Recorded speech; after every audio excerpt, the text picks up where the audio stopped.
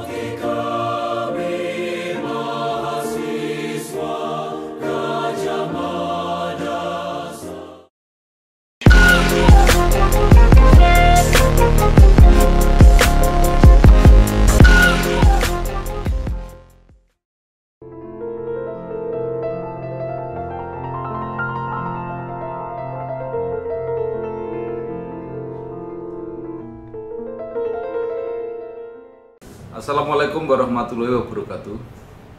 Waalaikumsalam warahmatullahi wabarakatuh, Pak Bambang Sadono. Bersama saya Bambang Sadono di kanal Inspirasi untuk Bangsa. Mudah-mudahan kanal ini selalu bisa memberi inspirasi, motivasi, edukasi, informasi, dan syukur bisa membantu mencari solusi. Kami sedang mempersiapkan beberapa video wawancara untuk ikut memberi makna 72 tahun Universitas Gadjah Mada. Nah, sekarang saya sudah bersama dengan seorang tokoh yang luar biasa, yaitu Profesor Insinyur Dwi Korita Karnawati MSc PhD. Beliau saat ini menjabat sebagai Kepala Badan Meteorologi, Klimatologi, dan Geofisika. Apa kabar, Prof? Alhamdulillah, kabar baik. Terima kasih undangannya, Pak Bambang Sadono. Mohon maaf, ini baru sekarang bisa muncul bergabung. Ya. Ya beberapa kali, aduh. Baik, tidak apa-apa, Bro. Mungkin bisa diceritakan pengalaman Profesor mulai menjadi mahasiswa di Fakultas Geologi UGM, kemudian merintis karir di UGM, sampai sempat menjadi rektor, kemudian pada tugas dan jabatan sekarang ini sebagai Kepala BMKG. Monggo silahkan, Bro. Baik, Pak Bambang. Singkat kata, saat mahasiswa, saya kan di jurusan waktu itu namanya, jurusan Teknik Geologi, Fakultas Teknik UGM.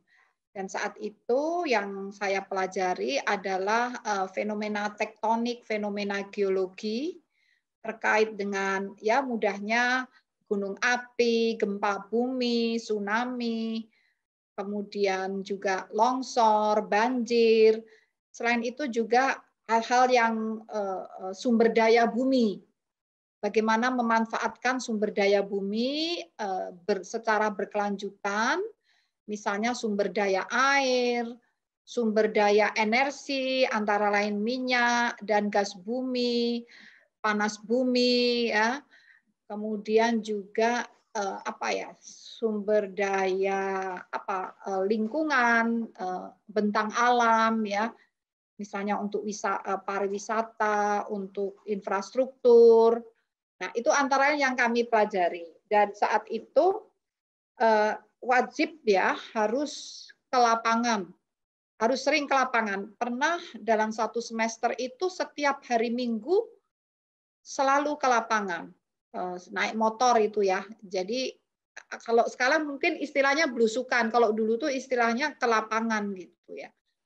Dan ada kegiatan untuk kebetulan saat itu saya ikut kegiatan teman-teman juga untuk himpunan mahasiswa teknik geologi.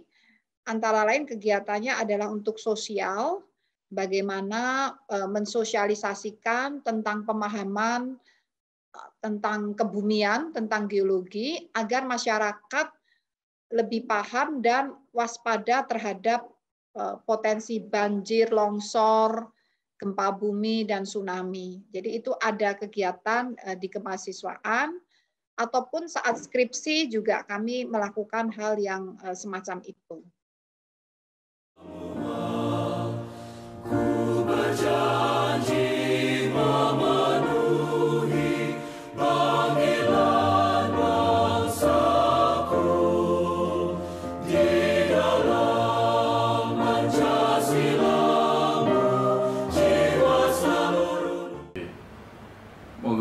Terus kemudian sampai menjadi rektor UGM. Oh, kalau itu sih beda. Ya, nggak ada hubungannya dengan ini ya. Setelah lulus, saya kan melanjutkan untuk mengajar. Nah, awal mula kenapa bisa jadi rektor? Karena saat itu saya memilih untuk bekerja di UGM sebagai tenaga pengajar dan peneliti. Nah, membangun inovasi bersama tim peneliti lainnya, bersama mahasiswa, ya. Kemudian saat itu sebentar saya ingat lebih dahulu, itu kalau nggak salah tahun 2012 ya. Saya awalnya itu wakil rektor, Pak. Saya diminta untuk membantu rektor saat itu Bapak Profesor Pratikno. Nah, saya diminta untuk membantu sebagai wakil rektor bidang kerjasama.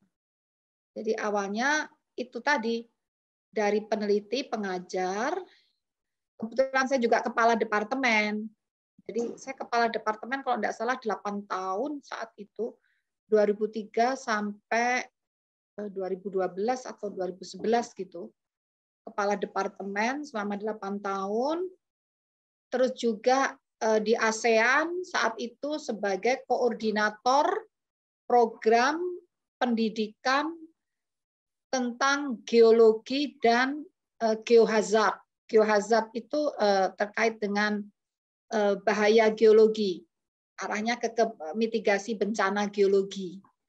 Itu saya sebagai koordinator untuk pendidikan di ASEAN melalui AUN-SIDNet. Nah, dan ada berbagai program-program yang sejalan dengan pendidikan, penelitian, kebencanaan, dan akhirnya tahun 2012 waktu itu dipercaya untuk membantu Prof.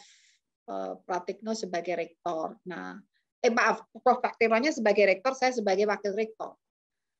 Nah, setelah 2 tahun sampai 2014, Prof. Pratikno kan diangkat sebagai Menteri Sekretaris Negara. Berarti kan posisi rektor kan menjadi kosong. Nah, karena sudah di antar waktu ya, di pertengahan periode, itu pemilihan harus ada yang mengisi. Nah, yang mengisi itu dipilih dari para wakil rektornya.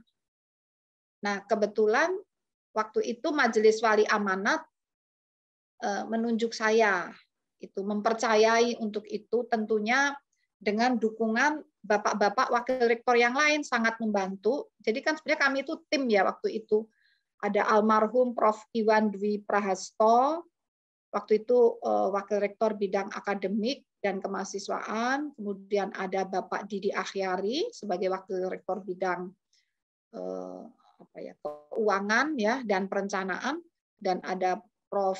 Budi Weknya Soekarto, Prof. Budi WS, dan juga Prof. Ratman sebagai wakil rektor semuanya. Tapi kami waktu itu kompak ya, tim gitu. Dan akhirnya saya yang diminta menggantikan Prof. Pratekno, dan para wakil rektor masih terus bekerja bersama dengan saya saat itu. Jadi itu sejarahnya semacam itu.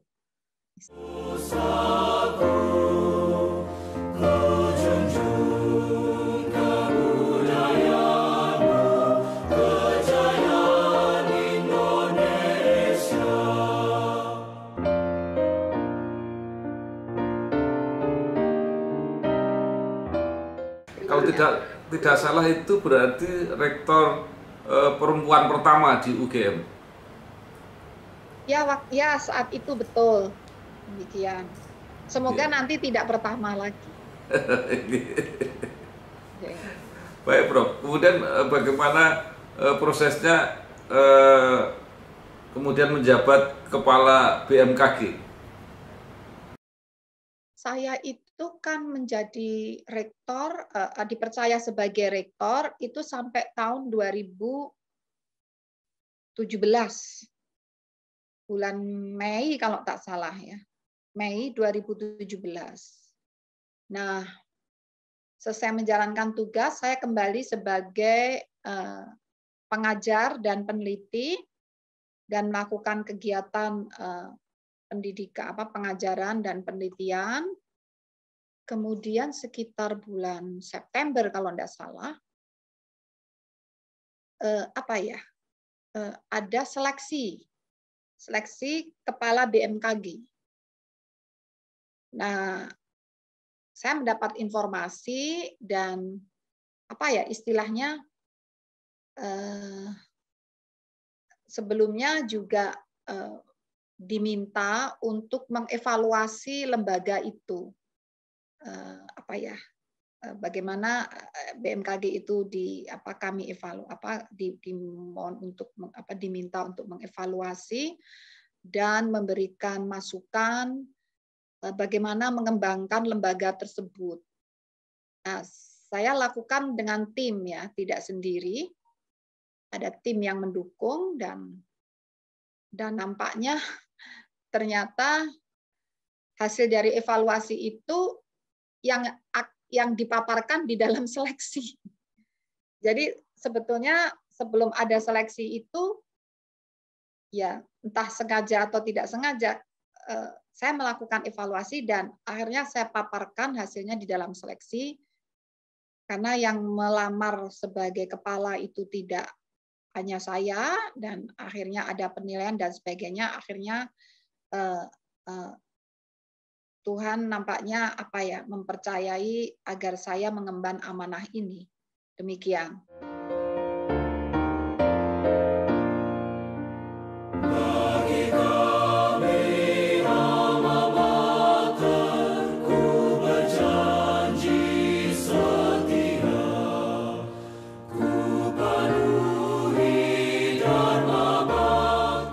Iya, baik, Prof.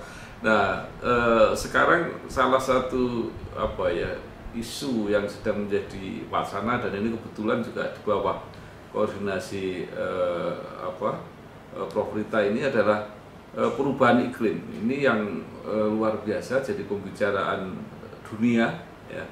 Nah, sebenarnya sekarang apa yang sudah terjadi, apa dampak itu sudah ada, dan bagaimana ya saya cuma ikut memonitor aja bahwa kesepakatannya agak tidak begitu bulat. Jadi artinya kalau kita gagal itu apa yang akan terjadi nanti? Baik, yang pertama tentang koordinator di tingkat nasional itu ada di bawah Kementerian Lingkungan Hidup koordinatornya.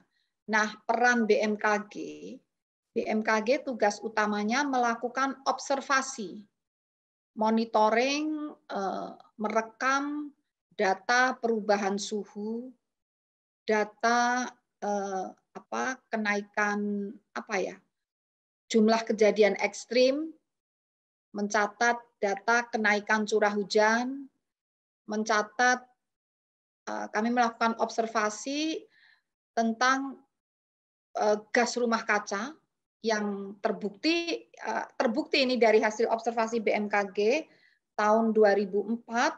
Jadi di BMKG itu ada yang disebut sebagai Global Atmospheric Watch, semacam laboratorium pengawas kondisi atmosfer global, merupakan bagian dari jaringan dunia. Di dunia ini Global Atmospheric Watch ada sekitar 30 sekian, tersebar di berbagai belahan bumi ini, dan salah satunya adalah di BMKG Koto Tabang, Sumatera Barat. Di situ tahun 2004 menunjukkan konsentrasi CO2 atau gas rumah kaca saat itu masih 372 ppm. Dan tahun lalu 2020 itu meningkat menjadi sekitar 408-410 ppm. Itu kan menunjukkan fakta bahwa gas rumah kaca di Indonesia ini memang meningkat. Contohnya 2004 sampai 2020, sekitar 16 tahun sudah berapa itu peningkatannya? Sekitar 40 ppm ya. Ini kan termasuk signifikan. Meskipun tren ini masih berada di bawah tren rata-rata global. Globalnya lebih tinggi sekitar 412-413 ppm. Kita sekitar 410-408 ppm. Nah, jadi ini fakta benar. Dan kami mencatat suhu terpanas itu meningkat 0,8 derajat itu di tahun 2016. Kemudian disusul 2019 dan 2020 itu antara 0,6 derajat ini peningkatannya 0,6 sampai 0,7, tapi terpanas tahun 2016. Nah, artinya ini fakta bahwa memang suhu udara di Indonesia ini semakin panas. Bahkan di Jakarta, data kami selama 100 tahun itu mencatat kenaikannya sudah 1,4 derajat Celcius. Di Yogyakarta ini sekitar 0,7. DIY maksud saya.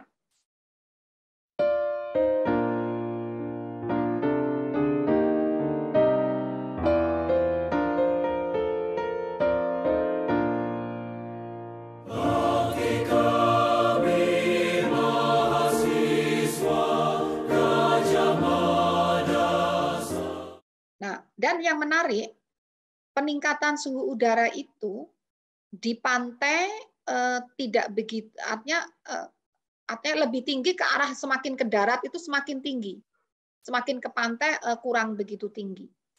Ada tren, contoh Jakarta ya, 1,4 derajat Celcius. Padahal kesepakatan Paris itu secara global dibatasi peningkatan hanya sebatas 1,5 derajat Celcius sampai 2 derajat Celcius di tahun 2030 dibandingkan dengan tahun pada masa sebelum revolusi industri, yaitu dibandingkan dengan suhu udara rata-rata tahun 1850 sampai 1900.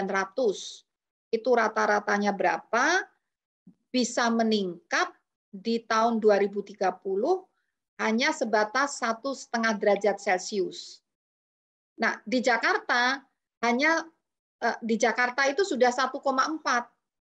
Nah, berarti kan itu udah sejak tahun 2011 itu 1,4. Nah, berarti kan sekarang sudah batas atau bahkan sedikit lebih dari batas. Jadi memang mengkhawatirkan bahwa kita ini nampaknya belum maksimal dalam mengendalikan. Kenapa bisa meningkat suhunya? Karena emisi gas rumah kaca ini semakin meningkat dan terbukti dari hasil observasi semakin meningkat, dan itu mengakibatkan ini ada selubung di atmosfer ya, selubung gas rumah kaca yang itu menghambat refleksi sinar matahari kembali ke angkasa. Sehingga sinar matahari ini mantul kembali ke permukaan bumi. Kalau dipantulkan kembali ke angkasa, balik ke permukaan bumi, sehingga atmosfer di permukaan bumi kita ini menjadi semakin panas. Dan itulah yang terjadi, dan dari situlah maka terjadilah pencairan es di Gunung Jayawijaya. BMKG melakukan studi, juga survei. Awalnya di sekitar tahun 2010 itu masih 200 km persegi. Saat ini tinggal 2 km persegi. Tinggal 1%. Dan BMKG memprediksi tahun sekitar 2025-2026 diprediksi sudah punah, sudah tidak ada. Karena sekarang tinggal 1%, Pak.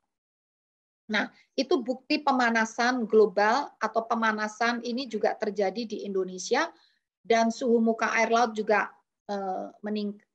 semakin menghangat, semakin meningkat karena atmosfernya panas, muka air laut juga menyerap panas, makin meningkat.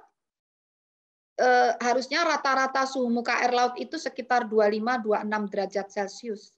Saat ini sudah 29 dan bahkan saat seroja, badai tropis seroja terjadi itu 30 derajat Celcius. Dan semakin menghangatnya suhu muka air laut ini mengakibatkan kejadian badai tropis menjadi lebih sering terjadi. 10 tahun yang lalu itu langka kita mendengar ada badai tropis. Saya tuh tahu badai tropis itu setelah masuk BMKG loh. Tadinya saya juga nggak ngerti. Nah, tapi begitu tahun 2017 dalam 1 bulan 2 kali badai tropis. Dan sekarang hampir setiap tahun terjadi badai tropis. Belum lagi El Nino La Nina, sebelum tahun 1980, periode ulang kejadian El Nino La Nina. El Nino itu mengakibatkan kering yang berkepanjangan seperti tahun 2016 ya. La Nina itu mengakibatkan peningkatan curah hujan seperti tahun lalu, curah hujan secara signifikan sampai 70% tahun lalu, dan tahun ini saat ini juga sedang terjadi. Periode ulangnya tuh harusnya 5-7 tahun sekali. Tapi tahun lalu sudah terjadi, tahun ini terjadi lagi. Jadi periode ulangnya menjadi 1-3 tahun sekali. Nah, ini contoh hasil observasi BMKG demikian.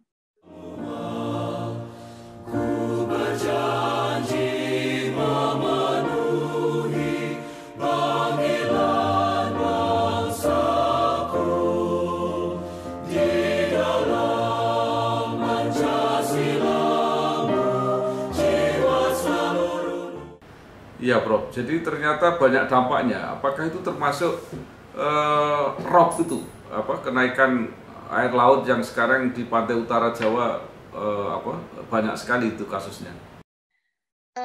Ada 2 hal yang berbeda.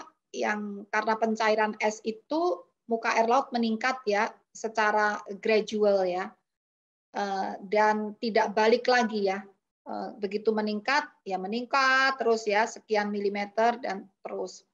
Nah, kalau banjir rob ini karena gravitasi bumi. Nah, jadi dengan adanya gravitasi bumi ini, muka air laut setiap hari mengalami pasang, tapi ada surutnya. Ada. Nah, namun karena muka air lautnya suhunya muka air lautnya juga sedang meningkat karena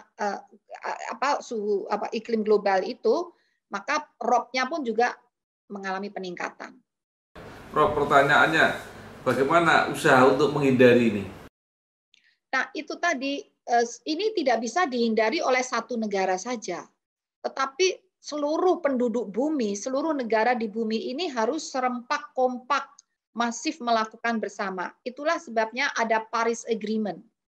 Itu setiap negara yang berkomitmen berkontribusi untuk melakukan pengurangan gas rumah kaca, termasuk Indonesia ini bertekad, berambisi untuk mengurangi gas rumah kaca hingga tahun 2030 ini 29% dengan usaha sendiri Indonesia. Tetapi kalau didukung oleh negara maju itu bisa kita targetkan sampai 41%. Jadi harus ada kekompakan global untuk pengurangan itu. Meskipun nampaknya belum sukses ini. Nah, selain itu secara individu juga harus melakukan upaya mengurangi penggunaan energi fosil. Ini pemerintahan juga mendukung ya, pemerintah kita mendukung ke renewable energy dan energi baru dan terbarukan, dan juga penghijauan yang masif ya. Selain pengurangan energi fosil, kemudian juga penghematan energi, air, karena air juga akan semakin langka, dan juga edukasi kepada generasi penerus agar mereka jangan meniru contoh generasi pendahulunya yang gagal melakukan itu pengendalian gas rumah kaca. Poinnya gas rumah kaca itu harus dikurangi. Demikian, Pak. Ya. Nah, ini apakah berkaitan juga ini bahwa ada prediksi kita menghadapi cuaca ekstrim, kemudian banjir longsor yang datang dengan cepat, dan sekarang yang sudah kita lihat itu kelihatannya ada banjir-banjir yang di lokasi yang tidak terprediksi sebelumnya, termasuk di Malang, kemudian Sintang dan sebagainya itu. Sebetulnya kalau persoalan cuaca ekstrim itu memang ada korelasi ya dengan perubahan iklim global ini. Tadi saya katakan suhu muka air laut semakin meningkat, terjadilah badai tropis, terjadilah peningkatan intensitas penguapan ya, uap awan ya semakin intensif, dan maka hujan pun akan semakin dari data kami ada korelasi hujan ekstrim itu curah hujannya 150 mm lebih dalam 24 jam. Itu semakin sering terjadi. Ya, kondisi ekstrim semakin sering terjadi, frekuensi makin tinggi, durasinya makin panjang, dan intensitasnya makin tinggi demikian. Nah, tentang lokasinya belum terprediksi. Sebetulnya itu sudah bisa diketahui, diprediksi sebetulnya juga sudah, hanya mungkin saat itu tidak sedahsyat sekarang. Intensitasnya yang makin meningkat. Contohnya di DKI itu kan kita juga sudah tahu hanya belum pernah sedahsyat tahun 2020 ya. Di Sintang sebetulnya juga banjir itu udah pernah dan agak sering, cuma sekarang lebih dahsyat karena intensitas hujannya juga semakin meningkat. Demikian.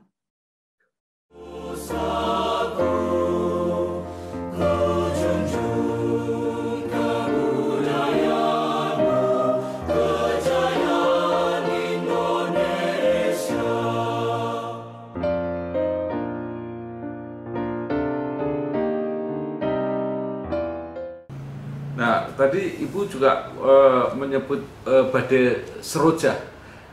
Itu bisa diprediksi enggak? Artinya tahun-tahun ini ada kemungkinan lagi enggak kira-kira? Ada, Pak. Jadi BMKG ini sudah memberikan perhatian khusus kawasan Nusa Tenggara Timur. Itu bulan-bulan November sampai April. Jadi kita udah bisa ilmu titannya itu November April ya. Itu sewaktu-waktu badai tropis akan muncul di situ. Karena gerak semu matahari saat ini kan berada di belahan bumi selatan. Nah, NTT itu kan selatan Khatulistiwa ya. Dan sehingga suhu muka laut di situ semakin hangat panas, dan itu awal dari pembentukan tekanan udara rendah di wilayah perairan tersebut, dan ini akan memungkinkan berkembang menjadi sirkulasi siklonik yang akhirnya berkembang menjadi badai. Dan saat itu badai tropis terdeteksi kurang lebih seminggu sebelumnya. Itu bisa terdeteksi. Dan sehingga kami memberikan peringatan dini kurang lebih beberapa hari sampai seminggu sebelumnya. Demikian. Jadi lokasinya hampir sama Bu ya? Apa mungkin bergeser ke tempat lain? Biasanya di sekitar Kupang NTT itu. Jadi saya kebetulan besok dini hari memang akan berangkat ke sana, karena kita TNI ini cepat atau lambat akan terbentuk, sehingga buru-buru kita ke sana untuk mencek yang kurang siap itu ya. Kalau dari segi teknologi, dari segi prediksi kita mampu, kita siap. Tapi yang kita tidak selalu siap itu mengkondisikan masyarakatnya untuk percaya. Nomor satu, untuk percaya bahwa itu akan terjadi. Sesuatu yang tidak nyaman, tidak enak, itu orang enggan percaya. Nah, ini kami harus ada pendekatan socio engineering, bagaimana masyarakat itu bisa percaya, dan bagaimana bisa kita siapkan kalau ada peringatan dini, apa yang harus dilakukan. Misalnya menjauh dari pantai, karena badai tropis itu akan diikuti gelombang tinggi, itu kan dari laut pusarannya. Nah, ini PR-nya yang berat di situ, membuat masyarakat itu siaga, siap siaga, dan akhirnya selamat. Ya. Nah, mengapa masyarakat tidak percaya ini? Apakah ada juga peristiwa atau kejadian prediksi itu pernah meleset gitu? Alhamdulillah kalau prediksi seperti DKI saat itu Jabodetabek itu sebetulnya sudah diprediksi, dan sayangnya tidak meleset. Kan jadi nggak bagus ya kalau tidak meleset, kan berarti bencana terjadi. Kalau meleset itu alhamdulillah kan nggak terjadi. Tapi kenapa enggan percaya? Karena bukan budaya kita untuk waspada cuaca, peduli iklim. Saya ngerti cuaca tuh ya setelah masuk BMKG, Pak. Waktu saya jadi rektor UGM, saya belum ngerti itu cuaca.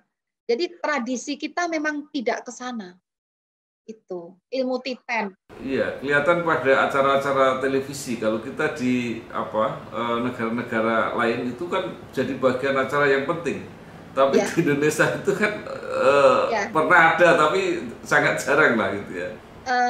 Sekarang sudah ada lagi, Pak.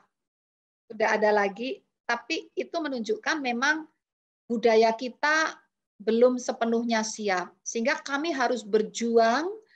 Yang sulit itu bukan di teknologinya, tetapi di social engineering-nya, mengkondisikan masyarakat secara culture itu waspada cuaca, peduli iklim. Makanya kami gencar perakiraan cuaca melalui kanal YouTube dan TVRI dan Detik ya. Di Detik itu ada, di Metro juga ada, di TV One juga ada. Nah, ini di radio-radio sekarang mulai gencar. Kita sejak katakanlah 2-3 tahun yang lalu udah gencar kembali, Pak.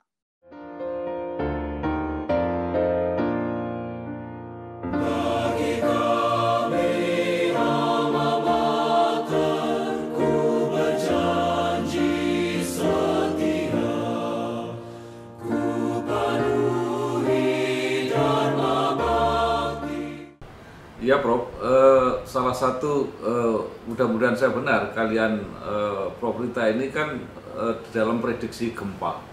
Nah, sekarang ini beberapa waktu yang lalu ada gejala baru di daerah sekitar Semarang gitu ya, Salatiga. Gempanya nggak besar, 3,5 kalau nggak salah. Tetapi pertanyaannya, apakah itu karena early warning sistemnya dipasang, atau karena ada memang peta baru gempa di Indonesia ini? Nah, sebetulnya bukan peta baru ya. Kejadian gempa itu lokasinya bisa diperkirakan sebelumnya. Nah, yang di Ambarawa itu kan sudah diprediksi, bahkan teknik geologi UGM, waktu saya masih ada di sana, salah satu profesor di sana, Bapak Profesor Subagio Pramomijoyo, itu risetnya itu sudah mengkaji, itu kan Ambarawa. Salah satu risetnya Pak Bagio sekitar 10 tahun yang lalu lebih, itu dari Gunung Merapi melewati Ambarawa, ya, ada beberapa jajaran gunung ini ke arah utara, lalu menembus Ambarawa sampai ke Semarang, itu memang ada jalur patahan. Nah, gempa itu bisa terjadi apabila batuan ini melepaskan energi. Kenapa energi bisa terlepas? Karena salah satu di antaranya karena terjadi patahan, pergerakan. Nah, jadi sebetulnya zona Ambarawa itu sudah bisa diprediksi sejak 10 tahun yang lalu lebih. Cuma yang tidak tahu bergeraknya kapan. Kapannya ini yang tidak bisa, yang belum selalu bisa diprediksi. Iya, baik Prof. Karena BMKG ini tugasnya memprediksi peristiwa-peristiwa alam, terutama yang berkaitan dengan bencana. Mungkin ada yang tidak sempat saya tanyakan, tetapi Prof menganggap penting bahwa ini harus diberitahukan kepada masyarakat. Apa itu? Mungkin ada. Silakan Prof. Benar. Jadi masyarakat mohon memahami, saya yakin sebagian sudah paham bahwa wilayah kita ini, Indonesia ini bisa muncul di permukaan laut, menjadi pulau. Kita ini kan, lihat kepulauan Indonesia itu bentuknya kan unik ya. Ada Sulawesi yang bentuknya seperti huruf K, Sumatera yang memanjang, Jawa yang seperti itu. Bentuknya unik-unik. Itu terbentuknya karena akibat fenomena tektonik, tumbukan lempeng-lempeng Samudra Hindia ini numbuk ke arah Asia, kemudian dari arah selatan ya Samudra Hindia ke arah Asia ke utara, lalu dari Samudra Pasifik timur, dari arah timur ke arah Asia juga ke arah barat, lalu dari Filipina timur laut ke arah Asia. Nah, lalu tumbukan-tumbukan tabrakan-tabrakan itu mengakibatkan sebagian dari batuan ini melengkung, muncul ke permukaan air laut. Jadi munculnya kepulauan Indonesia itu akibat terjadinya gempa-gempa, tumbukan-tumbukan lempeng itu. Jadilah kepulauan kita seperti itu. Sehingga kalau kita tinggal di sini, di Indonesia itu ya memang harus mulai terbiasa dengan gempa-gempa, bagaimana menyiapkan kalau terjadi gempa apa yang harus dilakukan, dan kalau terjadi tsunami apa yang harus dilakukan, itu menjadi bagian dari kehidupan kita di Indonesia ini. Gunung api juga erupsi beberapa kali. Nah, jadi tidak perlu kecil hati, tidak perlu cemas dan panik, tapi pahami fenomenanya. Itulah salah satu tugas kami mendidik di kuliah, di perkuliahan di universitas dan di BMKG. Yang penting bagaimana kita ini siap dan tahu apa yang harus dilakukan untuk mencegah terjadinya korban. Ya, jadi yang penting memprediksi tadi secara tepat dan mempersiapkan, mengantisipasinya kalau terjadi. Itu ya Prof ya kira-kira. Mohon maaf, kalau prediksi tidak bisa. Gempa bumi itu tidak bisa diprediksi.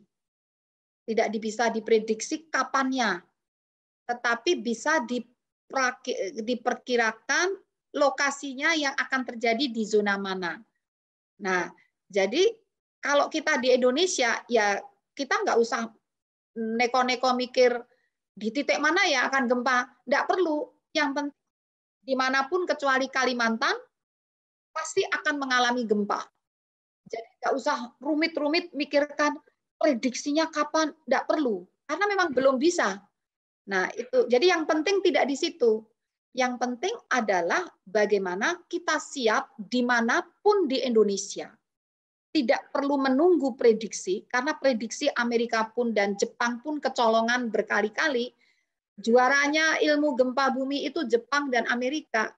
Kecolongan berkali-kali. Jadi ngapain repot-repot dan kita kecolongan terus. Siap dimanapun di Indonesia, kecuali Kalimantan, ya.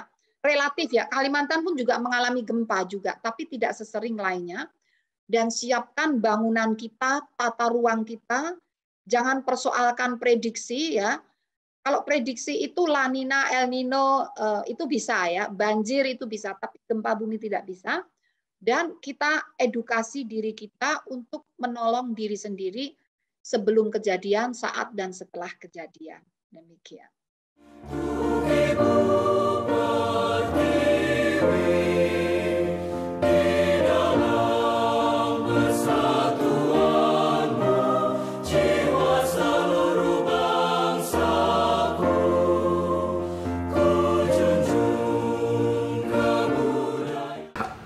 Baik Prof, karena waktu sekarang kembali ke UGM. Jadi apakah jaringan Universitas Gadjah Mada, para alumninya semangat ketika dibekali di kampus itu mewarnai pengabdian para alumni UGM di saya rasa iya Pak. Contohnya ini, untuk gempa bumi ini. Lembaga resmi operasional yang menangani tentang kegempaan itu BMKG. Tetapi kami didukung oleh berbagai universitas termasuk UGM. Nah, jadi ini ya alumni yang juga kebetulan peneliti dari UGM juga banyak mendukung BMKG. Ini misalnya pembuatan sensor seismograf, itu alat untuk monitoring gempa ya. Ini sedang disiapkan bersama BMKG dan juga pakar-pakarnya juga membantu BMKG dalam pengembangan sistem peringatan dini tsunami. Nah, tsunami itu bisa diprediksi, Pak, yang tsunami, tapi gempanya tidak bisa. Nah, ini dibantu juga alumni dari UGM dan juga untuk cuaca atau potensi banjir, kami juga ada dukungan dari UGM dan saya yakin di sektor yang lain, tidak hanya di BMKG, peran alumni juga sangat penting mewarnai upaya kita semua dalam melindungi segenap bangsa Indonesia dan seluruh tumpah darah Indonesia, serta memajukan kesejahteraan umum, kesejahteraan masyarakat. Ya. Terakhir Prof, mungkin ada saran atau harapan baik kepada UGM, mungkin ada saran-saran setelah banyak praktek di lapangan, itu apa yang harus diperbaiki, dirubah di dalam sistem pendidikan, pembelajaran, dan kemudian mahasiswa apa yang harus dipersiapkan untuk menyesuaikan dengan tantangan di lapangan saat ini, dan para alumni bagaimana mereka menjaga semangat untuk mengabdi kepada nusa bangsa dan negara ini. Monggo Prof, silakan Prof. Terima kasih. Sebetulnya UGM sudah tepat ya. Metode pembelajarannya itu kan student centered learning ya. Dan sekarang kan ada kampus merdeka ya. Sebetulnya sebelum istilah kampus merdeka itu lahir, di UGM itu sudah melakukan ya. Saya mengajar tahun 1996, itu sudah biasa namanya mahasiswa itu belajarnya tidak hanya dengan dosennya, tapi dengan berbagai pakar yang ada baik nasional ataupun internasional, sering ke lapangan, sering menghadapi persoalan real di lapangan. Saat itu ada bencana longsor, mahasiswa bersama dosen, bersama-sama dalam KKN, memitigasi longsor itu. Artinya istilah kampus merdeka itu sebetulnya sudah berjalan di UGM minimal sejak 1996. Itu yang saya tahu. Mungkin sebelum itu, tapi kita kan kurang, mungkin tidak memberikan istilah-istilah yang jargon itu tidak ya. Nah, itu jadi saya rasa terus saja KKN itu sangat penting, sangat menambah wawasan mahasiswa, baik yang sifatnya teknis dan kultur non teknis ini sangat penting. Nah, mungkin akan lebih jos, lebih hebat lagi apabila sudah saatnya generasi muda di UGM ini ya, era sekarang ini kan pimpinan itu kan generasi muda ya. Nah, jadi apabila generasi muda ini didorong untuk lebih banyak yang menjadi profesor ya, karena di universitas lain yang menjadi profesor itu semakin kenceng gitu ya. Nah, di kita ini kalau kita amatikan, kalau kita kita data aja kita lihat jumlah profesor itu prosentase yang muda itu berapa persen dibandingkan yang sudah lanjut di atas 50 tahun. Waktu saya menjadi rektor, mayoritas profesor itu usianya di atas 50%. Di atas 50 tahun, mayoritas itu.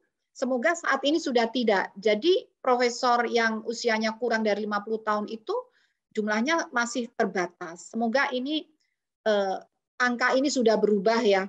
Ini dan juga pimpinan-pimpinan dikunci bukan dikunci, maksud saya pimpinan-pimpinan kunci itu barangkali generasi muda itu sudah patut sekali untuk memegang pimpinan kunci itu.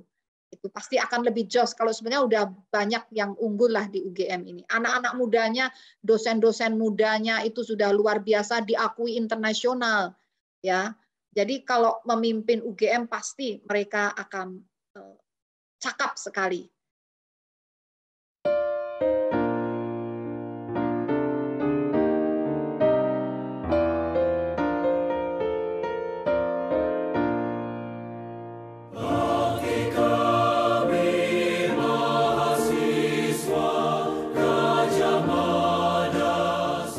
Jadi lebih energik ya, Prof. Ya, itu. Ya.